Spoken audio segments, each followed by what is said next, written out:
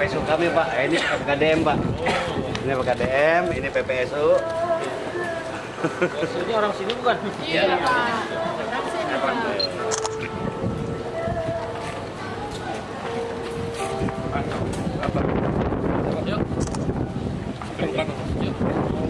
Iya Pak.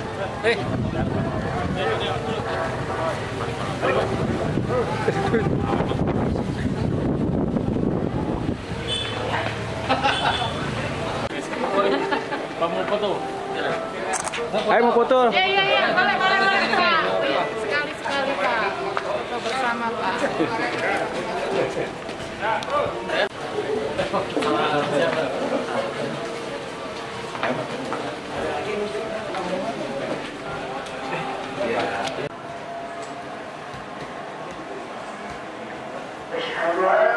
Itu bolanya sama semua ya? Karena ukuran hatinya sama semua. Iya.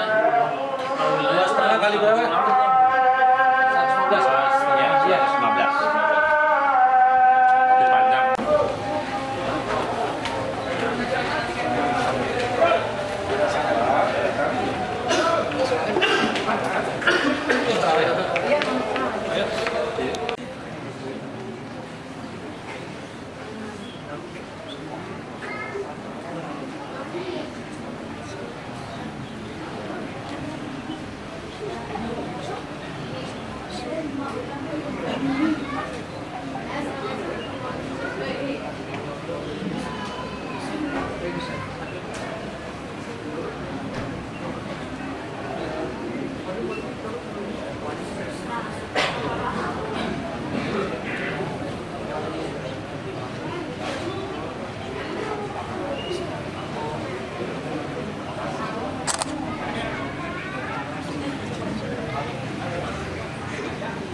Bapak Tri Kurniadi beserta pimpinan Kota Jakarta Selatan, Bapak Camat se-Jakarta Selatan, Bapak Lurah se-Jakarta Selatan, dan hadir pada malam hari ini Bapak KUA Kecamatan Tebet, dan juga terlihat di sini Bapak Kapolsek Kecamatan Tebet dan lain sebagainya tidak dapat kami sebutkan satu persatu, namun tidak mengurangi rasa hormat dan takjub kami kepada beliau-beliau sekalian. Pertama-tama marilah kita panjatkan segala puja dan puji syukur kepada Allah Subhanahu wa taala yang telah melimpahkan kepada kita sekalian berbagai nikmatnya, terutama nikmat iman dan Islam. Juga lipat panjang umur dalam keadaan sehat walafiat, sehingga pada malam yang ketiga ini kita dapat hadir kembali di masjid yang mulia ini, yaitu dalam rangka untuk melaksanakan sholat tarawih secara berjamaah. Dan alhamdulillah pada malam hari ini kita sholat berjamaah bersama-sama dengan Bapak Wali Kota dan jajarannya. Dan juga tak lupa marilah kita sanjungkan salawat dan salam kehadiran dengan kita Nabi besar Muhammad SAW beserta keluarga dan para sahabatnya. Hadirin yang kami hormati, sebelum kita lanjutkan acara, yaitu nanti kita akan dengarkan sambutan dari Bapak Wali Kota. Terlebih dahulu akan kami sampaikan, ini seperti biasanya, kami akan sampaikan pengumuman yang perlu jamaah ketahui.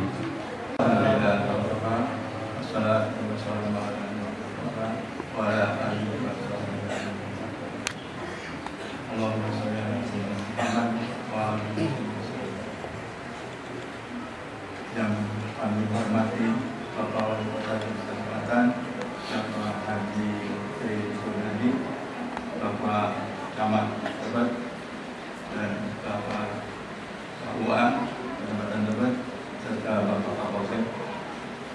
Alhamdulillah, puji syukur kami ucapkan kepada Allah SWT dengan kehadiran para pejabat negara di Masjid Al-Muslim, menambah kebahagiaan serta mudah-mudahan mendapatkan berkah dari Allah SWT, sehingga Masjid Al-Muslim makin makmur adanya. Bapak-bapak, ibu-ibu sekalian, sekali lagi kami ucapkan terima kasih atas kehadiran para pejabat negara ini. Mudah-mudahan kita semua akan mendapatkan barokahnya. Seperti perlu bapak-bapak ketahui, di Masjid Al-Muslim memiliki kegiatannya, yaitu ada taklim taklim pada malam Selasa, taklim subuh hari Kamis, dan kuliah duha tiap hari Ahad yang dipandu oleh Bapak Kiai Haji Dr. Mubarak SMA.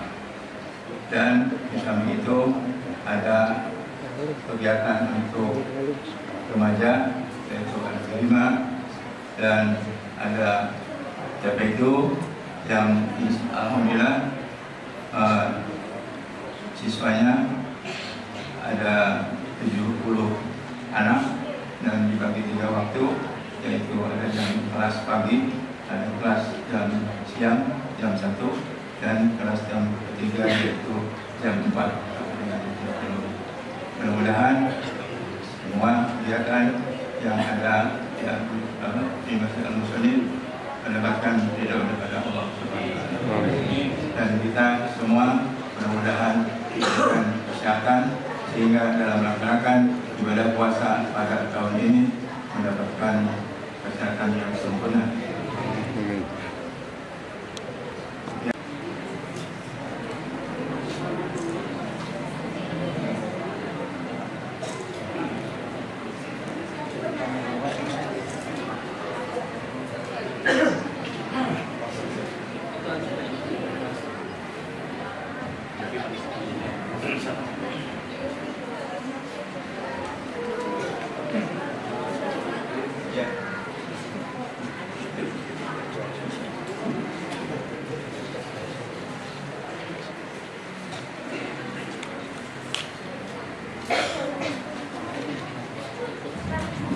Bismillahirrahmanirrahim. Assalamualaikum warahmatullahi wabarakatuh.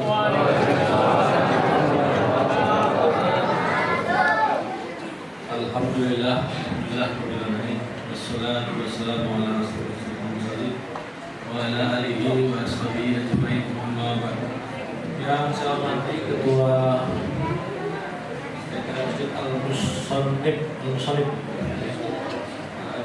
Ustaz Sarjini, saya hormati Imam Sholat Tarawih Ustaz Muhammad Iwan Yusuf, penceramah kita yang saya hormati Ustaz Muhammad Asmi, tokoh masyarakat Muhammad Samad Muslim, Camat, Polsek. Saya tidak perlu Pak Wakil Wali Kota juga hadir, Pak Ilman Sah, berdiri Pak, biar kenal Pak. Itu Pak Wakil yang datang.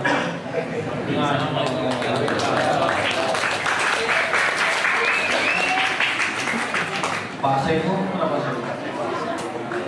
Nah, itu Pak Saifu, Pak Desi Putra.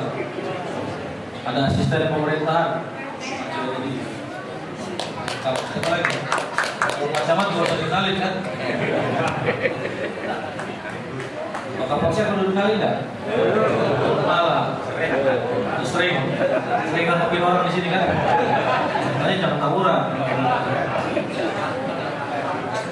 Para alim ulama, para habaib, hadirin jemaah Masjid Al-Musannif, ibu-ibu yang saya banggakan, puji dan syukur kita panjatkan kepada Allah Subhanahu wa Ta'ala yang telah melimpahkan rahmat, karunia, taufik dan hidayahnya sehingga di bulan yang terus keberkahan ini kita masih diberikan nikmat sehat walafiat, nikmat iman, nikmat Islam, sehingga kita bisa hadir pada acara sholat isya dan tarawih berjamaah.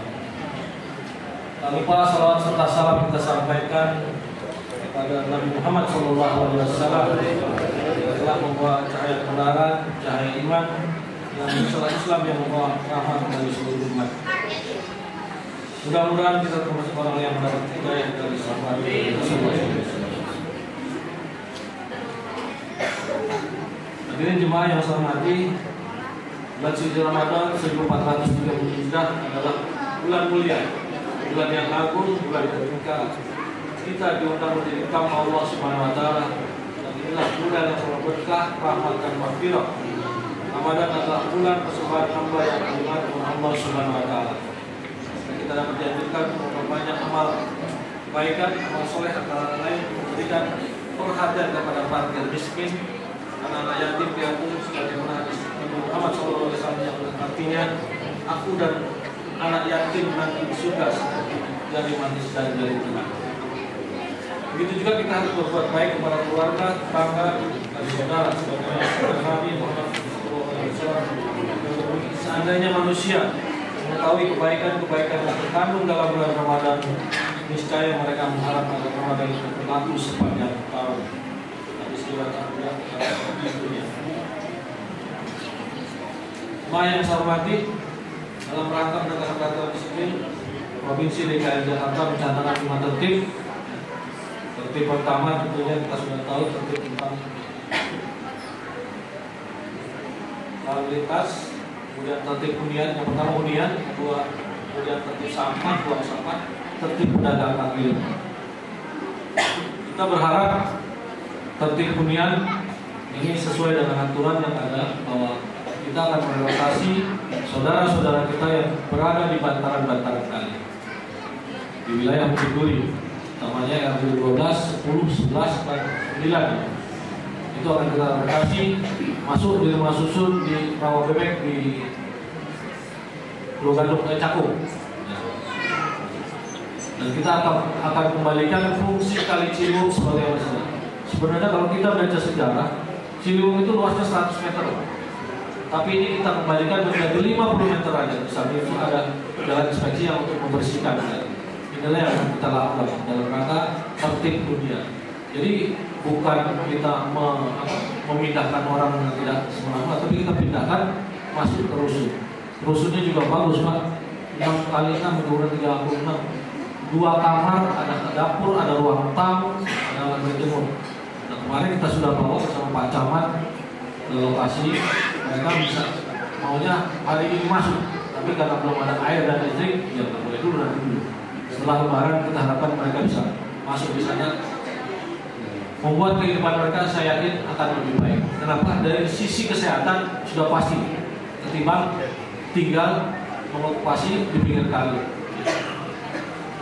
yang banyak yang tidak sehat. Ini akan kita lakukan. Kemudian Jakarta jauh bedanya sekarang, di mana-mana sudah bersih. Dan ini saya berharap Bapak Ibu nggak usah buang sampah, nggak usah angkat sampah. Yang angkat sampah kami aja bertugas. Ibu buang sampah tapi di tempatnya, tidak di kali, tidak di saluran, tidak di sungai. Itu yang kami harapkan. Kenapa? Kalau Bapak Ibu buang sampah di sungai, di kali, tentunya ini yang menimbulkan banjir. Menimbulkan kali juga tidak mengalir, saluran juga tidak mengalir dengan baik. Nah, inilah yang kita harapkan dengan tertib membuang sampah. Yang kita harapkan Jakarta tetap bersih. Pasukannya Pak Lurah yang orange itu tiada henti, siang malam mereka bekerja, ya, melayani bapak-bapak ibu sekalian. Tapi saya berharap dengan adanya pasukan orange itu kerja bakti jadi tidak dilakukan, tapi tetap harus dilakukan bergotong royong. Setiap hari Minggu saya pikir orang Jakarta kan kalau mulai dari Senin sampai Sabtu sibuk. Nah, hari Minggu itulah tempat bersilaturahmi, bercengkrama dengan tetangga, dengan lingkungan. Disitulah tempatnya. Membersihkan lingkungan, membersihkan saluran depan rumahnya aja. Itu yang kita harapkan. Kalau yang susah-susah kasih pasukannya Pak Lurah. Ya. Dan kita akan melakukan operasi tangkap tangan bagi mereka yang membuang sampah. Artinya apa? Artinya kita ingin membuat mereka jerah, tidak lagi membuang sampah sembarangan. Karena kita tahu kalau kita buang sampah sembarangan jelas salurannya jadi mampet. Kemudian juga akibatnya menimbulkan banjir. Yang rugi kita semua. Nah, inilah yang kita harapkan, tertib membuang sampah. Mudah-mudahan masyarakat menjadi lebih sadar lagi dalam menjaga kebersihan. Kemudian tertib yang ketiga, tertib pedagang kaki lima. Kita tidak melarang KPU untuk berjualan, tapi kita akan mengatur mereka bagaimana jualan yang baik, bagaimana menempatkan mereka sehingga dagangannya pun tidak tercemar oleh bahan-bahan berbahaya seperti apa? Borak, formalin. Tadi kami di Gelael sudah melakukan operasi dengan BP POM. Ternyata dari sekian 27 item makanan hanya 2. Yang pertama ada tahu putih yang mengandung borak, formalin. Dan ini kalau Bapak Ibu makan akan merusak pencernaan dan hati. Nah, ini yang begini nanti pabriknya kita datangi atau kita panggil dan begitu kita kasih tahu. Kemudian yang kedua ada kerupuk ketan dari Jogja, itu juga mengandung borak. Itu Kenapa dikasih kurang? Biar awet Pak jadi dia. Bapak bisa bayangkan makanan raja awet, apalagi hati awet lebih keras lagi. Nah inilah yang terus kita lakukan supaya masyarakat betul-betul aman dari segala barang-barang berbahaya yang bisa masuk ke tubuh. Itu terus kita lakukan. Kemudian juga dari kaki lima kita bina mereka, kita tempatkan yang tempat yang tidak terlarang, kita tempatkan mereka di binaan-binaan, dan mereka akan mendapat kartu sehingga mereka menjadi pedagang kaki yang resmi yang tentunya akan mendapat bantuan dari Pemprov DKI. Kenapa dikasih kartu? Mereka juga kalau berjualan dengan mengandung bahan-bahan bahaya itu akan kita tahu sih kita keluar keluar. Ini untuk menjaga masyarakat Jakarta tidak terkena penyakit yang namanya kanker. Kemudian tertib yang berikutnya keempat, tertib berlalu lintas. Ini saya yakin, saya juga tadi naik motor, kalau naik motor nggak kejar. Kita berupaya ya naik motor janganlah melawan arah. Ini kebanyakan pasti banyak yang melawan arah. Sampai hari ini kalau nggak salah operasi patuh masih ya Pak? Operasi patuh oleh polisi masih. Saya berharap warga Kelurahan Manggarai Selatan cukup mentaati aturan-aturan lalu lintas, sehingga jauh dari hal-hal yang melanggar. Yang berikutnya tertib berdemonstrasi. Setiap orang boleh melakukan unjuk rasa, setiap orang boleh melakukan pendapat di tempat umum, tapi diatur. Diaturnya apa? Ya nggak boleh kalau di masjid, nggak boleh unjuk rasa, di sekolah nggak boleh, di gereja nggak boleh, di rumah sakit nggak boleh, pelabuhan nggak boleh. Gitu. Sebenarnya hari Minggu juga nggak boleh di Undang-Undang 9 tahun 1998. Ya. Tapi sekarang mumpung ada Car Free Day dimanfaatkan untuk itu. Nah ini yang kita sedang tata lagi, jadi mereka tidak melanggar aturan. Insya Allah nanti kalau Pemprov DKI membeli kedutaan Inggris, itulah tempat yang dirasa di depan tubuh selamat datang yang lebih baik. Di situ ya mau maki-maki silakan. Selama ini kalau mereka di tempat lain maju, rusak Pak tanaman kita semua. Nah, Pak Gubernur sudah perintahkan sama ibu-ibu yang jaga taman itu kalau ada yang rusak, ketok aja pakai sapu. Dikasih heboh dengan Pak Gubernur. Karena takutnya sama ibu-ibu tuh Pak, kalau yang unjuk rasa. Tapi saya berharap tidak seperti itu, melakukan dengan cepat, tidak merusak fasilitas hukum yang ada di lingkungan sekitar kita. Nah yang terakhir, saya berharap mungkin di sini ada Pak RT, Pak RW yang kehadiran SK Gubernur 903 ya?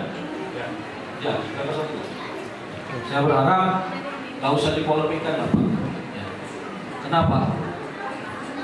Ini zaman kan udah canggih Pak. Ya. Zaman sudah canggih, nggak mungkin Bapak bikin laporan segitu banyak. Nah, sekarang tinggal Bapak klik aja di handphone, Bapak bisa lapor dan kita bisa tahu gitu. Yang dilaporkan itu direspon sama Pak Camat, Pak Lurah. Sebenarnya itu aja. Dan tidak harus Pak RW atau Pak RW yang melaporkan, kan ada bendahara, ada wakil bendahara, ada wakil RW, ada sekretaris. Tinggal dilaporkan aja supaya kita juga tahu di mana kelemahan kita. Dan yang kita bayarkan kepada PRT adalah uang bapak kita semua, uang rakyat semua, dan itu tentunya harus dipertanggungjawabkan. Itu aja itu. Ya. Seperak pun, sepersen pun uang negara harus dipertanggungjawabkan. Jadi saya pikir tidak perlu mengambil sisi negatifnya, kita ambil manfaatnya aja Pak. Umpamanya ada tiang listrik miring, Bapak foto aja, tinggal dikirim. Kita sudah ada kerjasama dengan PLN. Hari itu juga bisa dikerjakan Pak. Nah, kalau Bapak nggak kirim, kan repot. Tiba-tiba dia putus atau rubuh menimpa orang, nah itu. Itu yang kita harapkan sebenarnya dengan adanya pelaporan melalui clue. Ya, jadi tidak perlu dipermasalahkan, nggak perlu bikin jasa menolak dengan nggak perlu Pak. Apalagi sekarang sudah ada Permendagri, bikin KTP, bikin domisili, nggak perlu lagi mengantar RW RT. Jadi saya berharap Pak RW, Pak RT jadi pemerhati masyarakat. Lihat ada masyarakat yang miskin, masyarakat yang sakit. Nah itu melalui itu cepat Pak. Nanti ambulan kita yang menjemput. Gitu. Jadi pemerhati, bukan mohon maaf nih, jangan jadi preman. Ada di wilayah lain orang membangun rumah bikin klaster ditutup jalannya sama RT, itu mesti bayar sama gua. Itu salah Pak kalau begitu. Jalan Pemda kalau mau juga kita yang minta, bukan Pak RW. Nah inilah yang kadang-kadang menjadi salah kaprah dengan adanya RW yang dipilih langsung seperti itu kadang-kadang gitu. Bukan yang pilih rakyat, gak ada urusan dengan Pak Lurah, dengan Pak Camat. Salah sekali seperti itu. Nah inilah yang dapat saya sampaikan pada kesempatan yang berbahagia ini. Sekali lagi terima kasih atas penerimaannya. Mohon maaf kalau hal yang berkenan.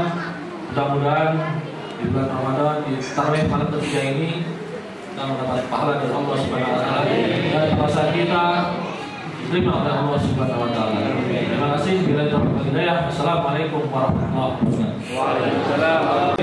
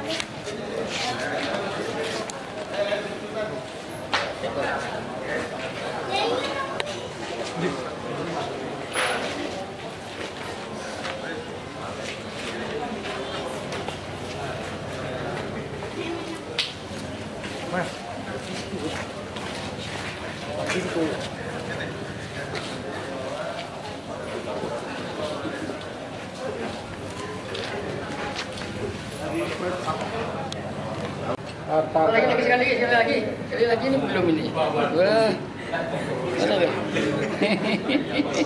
Ya, tunda sebentar. Ada bule lah. Walaupun udah saya ini tetap kelihatan juga. Ini tempat ya. Mengatur.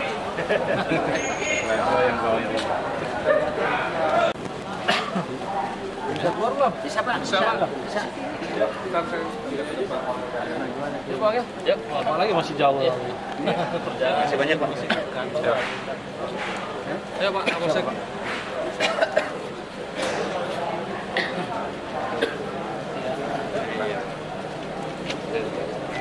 Ini berapa bisa Pak? Pegawai apa enggak? Mobil